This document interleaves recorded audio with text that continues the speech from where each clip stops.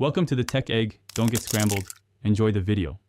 In this video, I will explain how to replace your VW Golf key fob battery.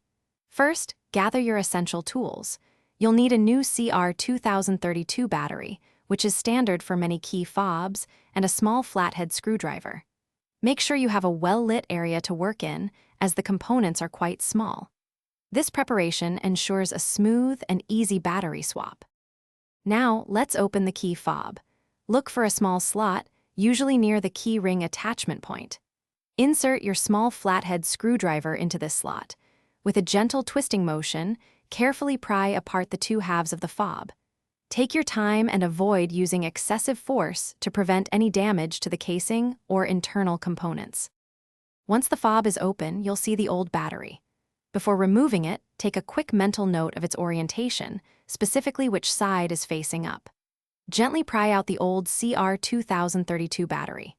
Now, take your new CR2032 battery and insert it into the slot, ensuring the positive side, usually marked with a plus sign, is facing upwards, just like the old one. With the new battery in place, it's time to reassemble your key fob. Carefully align the two halves of the fob, making sure all the edges match up. Gently press them together until you hear a satisfying click, indicating they are securely fastened.